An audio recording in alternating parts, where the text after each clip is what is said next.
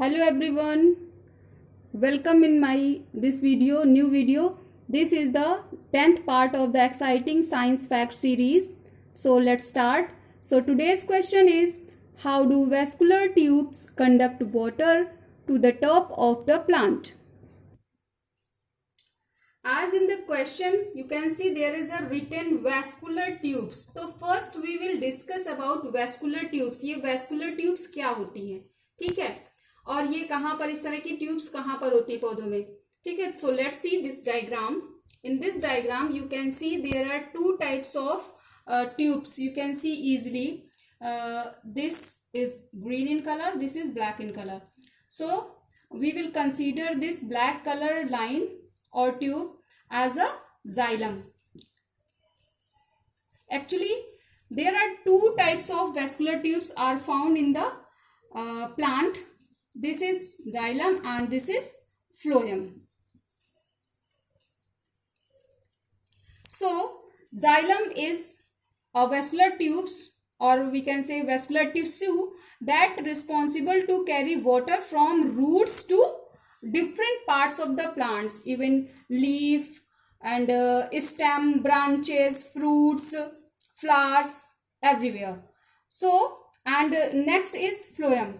Phloem is a vascular tube or xylem, vascular tissue that conduct food from the leaves to the different parts of the plant.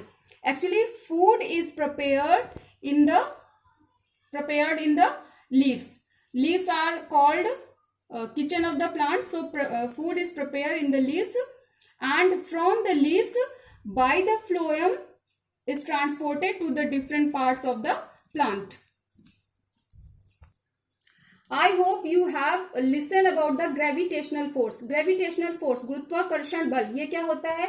ये जो होता है अर्थ सभी चीजों पर लगाती है, और इस फोर्स के थ्रू सभी चीजों को अपनी ओर खींचती है, ठीक है. आपने सुना होगा ग्रेविटेशनल फोर्स हो गया या फिर ग्रेविटी, जिसकी वजह से सभी चीजें ऊपर से नीचे जमीन की तरफ गिरती हैं, धरती की तरफ गिरती हैं, ठीक है. लेकिन यहाँ पर क्या हो रहा है? You can see I am saying that water is transported to the different parts of the plant from roots, ठीक है.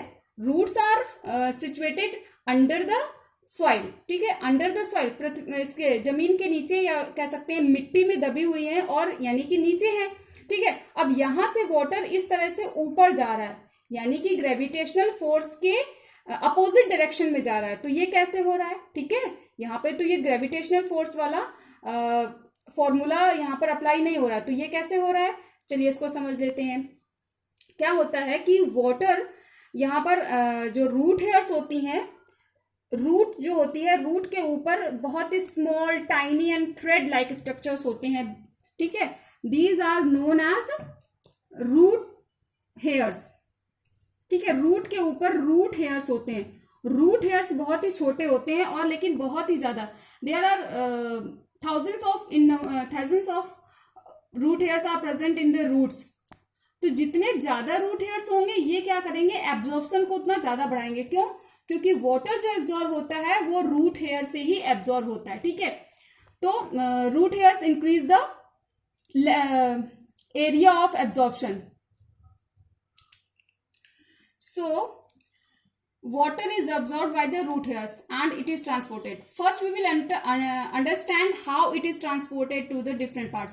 यहाँ पर एक phenomena होता है that is known as transpiration, ठीक है. Transpiration is similar as evaporation, but transpiration is found only in the plants, ठीक है, and evaporation is found everywhere, ठीक है. यहाँ पर क्या होता है कि जो transpiration होता है that is a process by which plants release excessive water through the stomata, ठीक है.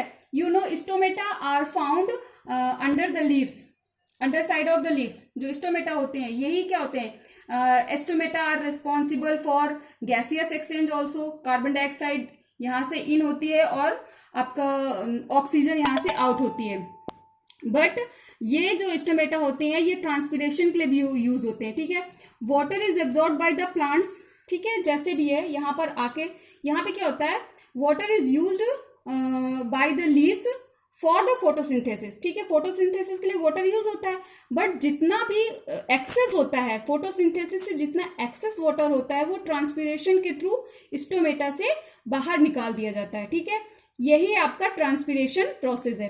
अब ट्रांसपिरेशन के प्रोसेस में वाटर बाहर निकल गया तो होता क्या है कि फिर यहाँ पर वाटर जो होता है इसका अमाउंट कम होने लग जाता है, यानी कि जो आपका जाइलम है इसमें वाटर के लेवल कम होने लग जाता है।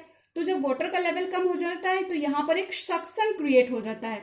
सबसे पहले क्या होता है कि एक ट्यूब है, तो यहाँ पर जो वाटर के मॉलिक्यूल्स फिल हैं वो वहां से जब निकल जाते हैं स्टोमेटा के थ्रू, तो यहाँ पर जो वाटर का मॉलिक्यूल्स है उनके नंबर्स कम होने लग जाते हैं, या कई बार इतना ज्यादा ट्रांसपिरेशन हो जाता है कि यहाँ पर एक वैक्यूम क्रिएट हो जाता है। वैक्यूम मतलब there is no air and any other type of molecules present. किसी भी तरह का ना वाटर होता है ना आपके एयर के मॉलिक्यूल्स होते हैं, बिल्कुल ब्लैंक होता है, खाली हो जाता है ट्यूब, ये अंदर से बिल्कुल खाली हो जाता है। तो क्या होता है कि यहाँ पर एक सक्शन क्रिएट होता है, ठीक है, उसको बोलते हैं suction pull. And suction pull is a type of force, ठीक है, ये भी एक तरह का फोर्स है जो यहाँ इस जाइलम की ट्यूब में लग रहा है, और जो सक्शन पुल क्या कर रहा है, वाटर को अपनी तरफ खींच रहा है। लेकिन यहाँ पर हमने क्या देखा था कि ग्रेविटेशनल फोर्स है, जो ग्रेविटेशनल फोर्स वाटर को अपनी तरफ खींचता है, पर यहाँ पर क्या होता है कि जो सक्शन पुल होता है that is higher than gravitational force, that why it overcome to the gravitational force, ठीक है। जो ग्रेविटेशनल फोर्स होता है उससे ज्यादा हो जाता है, जिसकी वजह से इसका कोई भी इस पे इफेक्ट नहीं पड़ता और वाटर ऊपर की तरफ ट्रांसपोर्ट कर लिया जाता है। Okay, so I think there is a question arising in your mind, what is suction pull? So let's see what is suction pull through a simple activity. Suppose this is a glass and in this glass there is a juice. I hope you all like the juice. So it is filled till here. ये juice का glass जो है इसमें एक tube, आप जब भी पीते होंगे तो जरूर आप ट्यूब यूज करते होंगे,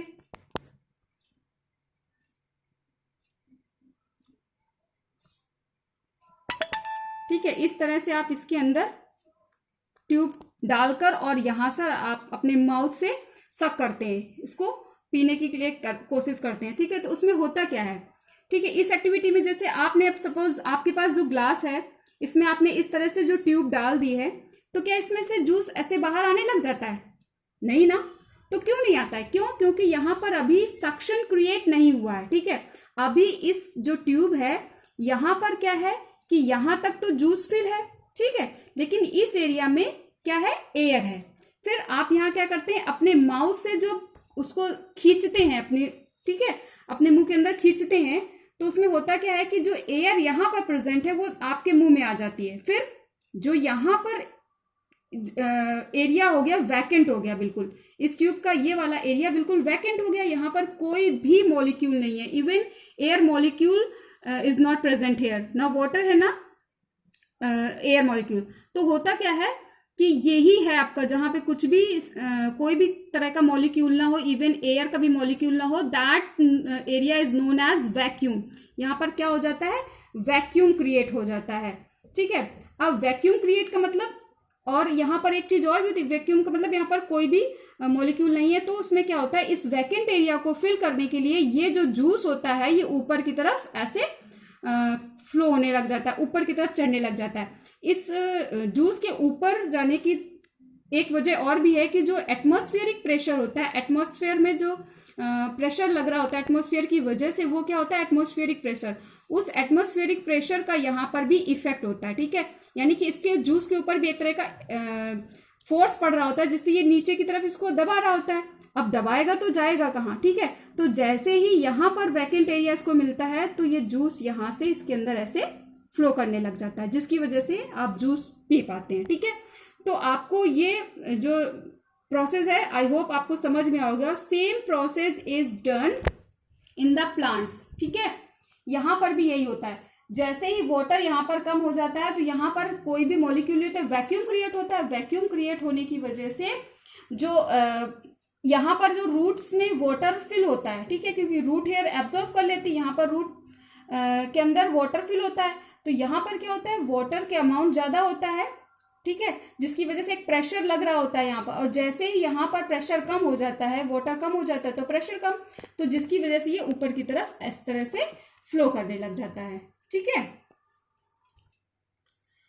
हाँ, यहाँ पर एक चीज और भी आपको समझनी चाहिए कि वाटर जो होता है रूट्स में किस तरह से एंटर करता है, ठीक है।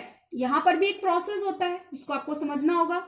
Actually water is absorb by the root hairs only, ठीक है। यहाँ पर रूट्स हेयर जो होते हैं वही एब्जॉर्ब करते हैं। तो यहाँ पर होता क्या है कि ये सॉइल है, सॉइल में कि वाटर मॉलिक्यूल्स ज्यादा है, यहाँ पर वाटर फिल है पूरा, यानी कि there are lots of water molecules are present, but inside the plant there is a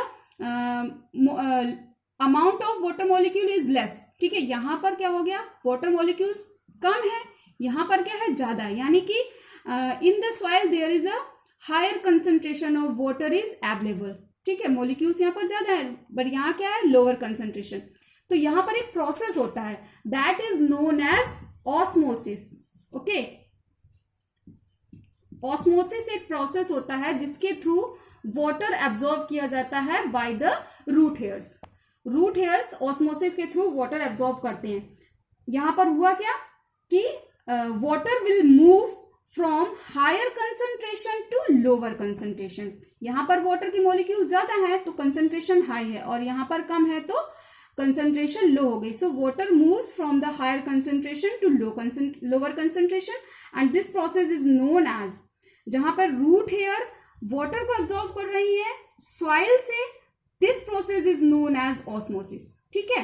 ये जो है ये ऑस्मोसिस है। लेकिन जब जाइलम में ऊपर की तरफ मूव करता है that is known as ascent of sap. When water moves through roots to different parts of the plant is known as ascent of SAP.